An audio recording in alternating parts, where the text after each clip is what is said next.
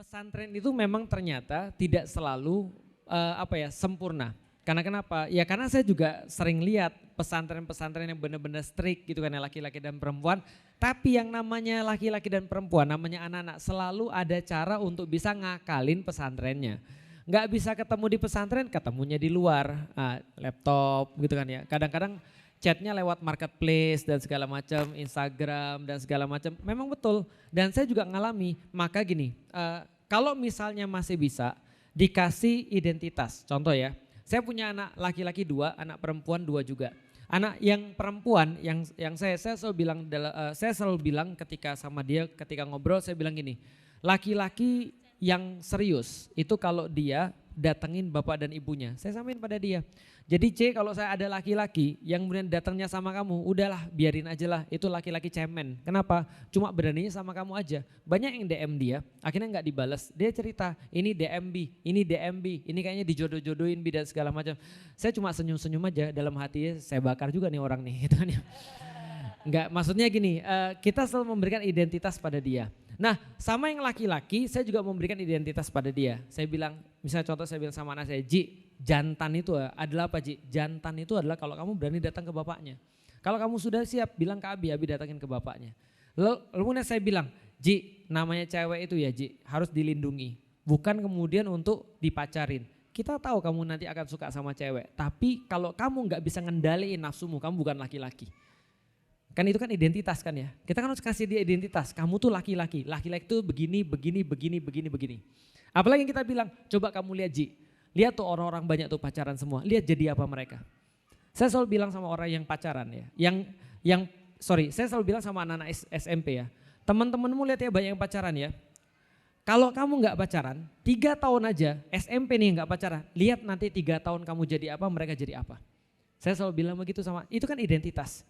Nanti kalau kamu sudah gede, kamu sudah jadi bagus, kamu akan tahu seperti apa yang kamu perluin dalam hidupmu. Ini identitas yang kita kasih. Berhasil nggak saya? Wallahualam bishawab. Anak saya yang paling gede yang laki-laki baru umurnya sekitar 14 tahun. Ya, laki-laki kan selalu lupa 14 tahun. Yang kemudian yang kedua baru sekitar 13 tahun. Ya artinya ini adalah sesuatu yang memang belum terbukti, tapi setidaknya sekarang saya senantiasa bilang, jangan sampai kamu jadi laki-laki itu yang gak jantan. Kasih tahu mereka laki-laki jantan itu kayak apa. Contoh misalnya saya bilang lagi, coba bayangin Ji, kamu punya cece, kamu punya kakak perempuan. Andaikan kakak perempuanmu itu misalnya Abi sudah didik dia dengan baik. Tiba-tiba ada laki-laki datengin ke dia bukan dari Abi. Menurutmu jantan gak laki-laki kayak gitu Ji? Enggak, maka dia punya identitas. Karena dia sudah bilang enggak, dia berusaha untuk memenuhi ekspektasi yang dia ngomong sendiri. Bahwasanya laki-laki jantan tuh begini. Lalu kemudian kita bilang, coba lihat tuh Ji, masa mainnya sama cewek? Coba kamu lihat, kalau mainnya sama cewek itu dia cewek atau cowok sih sebenarnya? Ya biarin dia mikir sendiri. Ada suatu waktu ada anak saya, dia deket-deket sama cewek-cewek. Ya kan istri saya kan punya usaha hijab. Yang kerjakan cewek-cewek semua. Tiba-tiba dia nimbrung ke sana, saya panggil sini kamu. Kamu mau dikerudungin? Enggak Bi, ya udah jangan main sama cewek. Karena kalau kamu main sama cewek, Abi kerudungin. Boleh kamu main sama cewek? Enggak usah. Ya udah, ini kan memberikan jantan-jantan perempuan-perempuan. Hidup laki-laki dan perempuan tuh terpisah. Nah sulitnya kalau misalnya dia lihat orang tuanya sendiri enggak jaga, nah itu sulit tuh.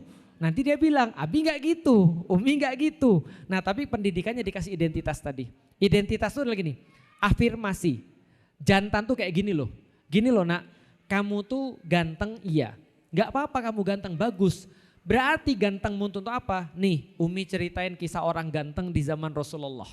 Tahu kan Mus'ab bin Umair?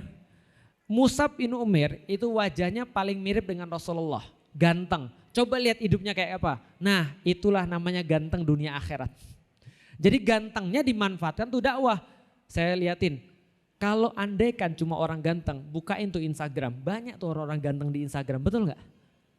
Banyak banget orang-orang ganteng di Instagram. Pertanyaannya, gantengnya itu untuk apa? Kalau ganteng cuma ganteng, percuma. Karena kalau ganteng cuma ganteng, Song Joong Ki itu ganteng. Tapi ternyata hidupnya gak bagus. Nah sekarang yang dia mau tuh hidupnya seperti apa? Maka kalau kamu hidupnya bagus jadilah cowok jantan. Kasih tahu kriteria cowok jantan kayak apa. Nah itu bapaknya harus nginstal kriteria cowok jantan.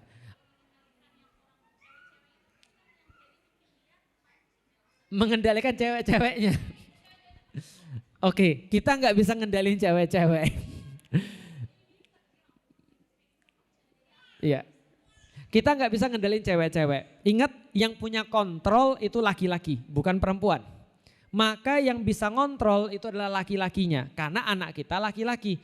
Perempuan itu jadi gini, agak panjang ya. Jadi gini ceritanya. Gimana ya? Kenapa perempuan-perempuan zaman sekarang tuh pada geragas?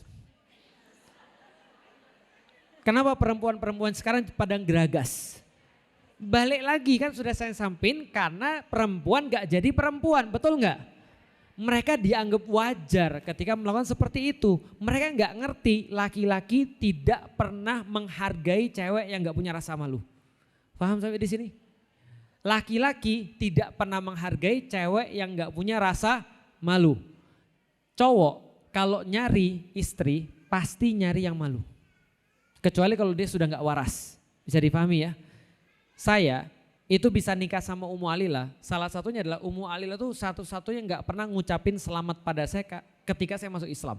Saya jadi mikir dong, kenapa dia gak ngucapin selamat pada saya? Rupanya dia pemalu.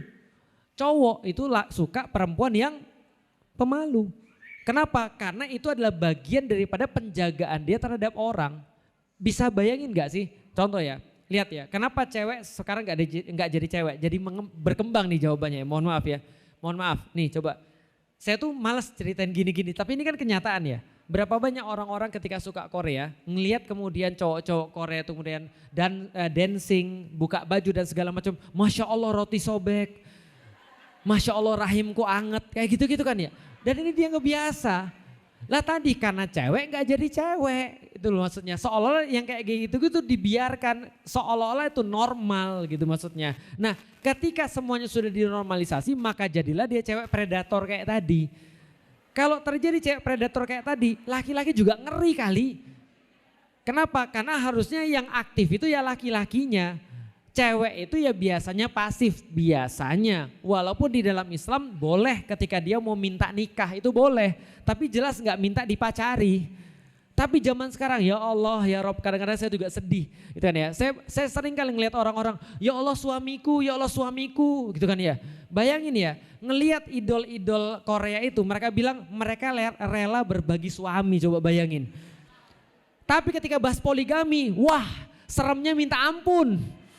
Ada ustadz yang poligami, ustadz tuh pasti salah tuh. Jangan dengerin ustadz-ustadz yang poligami. Tapi ketika idol Korea mereka mau berbagi suami. Ya kita kan suaminya sama ya. Karena kita suaminya sama kita satu tim. Paham maksud saya? Bingung kan Bapak Ibu sekalian kan ya. Ini penyebabnya. Makanya mereka seolah-olah tadi merasa cewek gak merasa jadi. Nah kita gak bisa kontrol itu. Kan ini masalah besar. Masalah besar ini tanggulanginya juga harus bersama-sama. Nah mulainya dari mana? Mulainya dari yang kita punya kendali dulu. Yaitu adalah anak kita. Kasih tahu, nah kamu nanti coba bayangin ya. Bayangin coba, ini ada cewek kemudian merasa bangga ketika dia bisa dipacari. Besok-besok andaikan dia jadi istrimu, dia akan dapat orang yang lain yang cakep, dia akan berbuat yang sama. Kalau dia nggak bisa ngontrol nafsunya, gara-gara ngelihat wajahmu, besok nanti kalau dia lihat wajah yang lebih ganteng, kamu jadi korban. Paham sampai di sini? Kan sudah saya bilang, selingkuh itu sama pacaran itu sama. Kalau kita pacaran di satu waktu, maka potensi selingkuhnya besar. Kenapa? Selingkuh sama-sama nggak perlu komitmen. Selingkuh sama pacaran sama-sama gak perlu nikah, sama-sama menuntut hak tapi tidak mau kewajiban, betul begitu? Nah makanya kasih tahu, jangan mau sama perempuan-perempuan yang gak bisa jaga dirinya dia gak bisa, apalagi nanti jagain kamu, gitu. Maka ya anak kita harus kita obrolin. Tapi kebanyakan kan cowok-cowok yang aneh-aneh kan gitu kan ya. Karena ya itulah zaman sekarang kita nggak bisa ngendaliin orang lain, yang bisa kita kendali hanya diri kita sendiri. Begitu punya anak perempuan, kasih tahu anak perempuan bahwasanya yang diapresiat oleh cowok yang serius adalah perempuan yang keibuan. Bukan perempuan yang bisa diajak apapun juga. Karena laki-laki untuk pacaran dia nyari perempuan yang mudah. Mau diajak jalan, mau diajak makan, mau diajak apapun, mau diminta apapun, itu dia pacaran. Begitu dia nikah, dia mikir, nggak mungkin yang kayak gini yang ngurusin rumah gue. Bisa dipahami Bapak sekalian? Yang ngurusin rumah berarti yang paham. Berarti yang siapa yang diajarin referensi kalau untuk ngurusin rumah? Ibunya, harusnya. Ibunya, maka dia pasti akan nyari sesuai dengan seperti ibunya, keibuan. Itu kalau cowok yang normal. Berarti kalau yang kayak gitu, yang nggak normal. Kalau nikah mesti masalah, mesti masalah. Karena tadi kan sudah kita bahas di awal ya, laki-laki yang nggak jadi laki-laki, nikah sama perempuan yang nggak jadi perempuan, hasilnya adalah masalah. Ada yang lain terakhir silakan.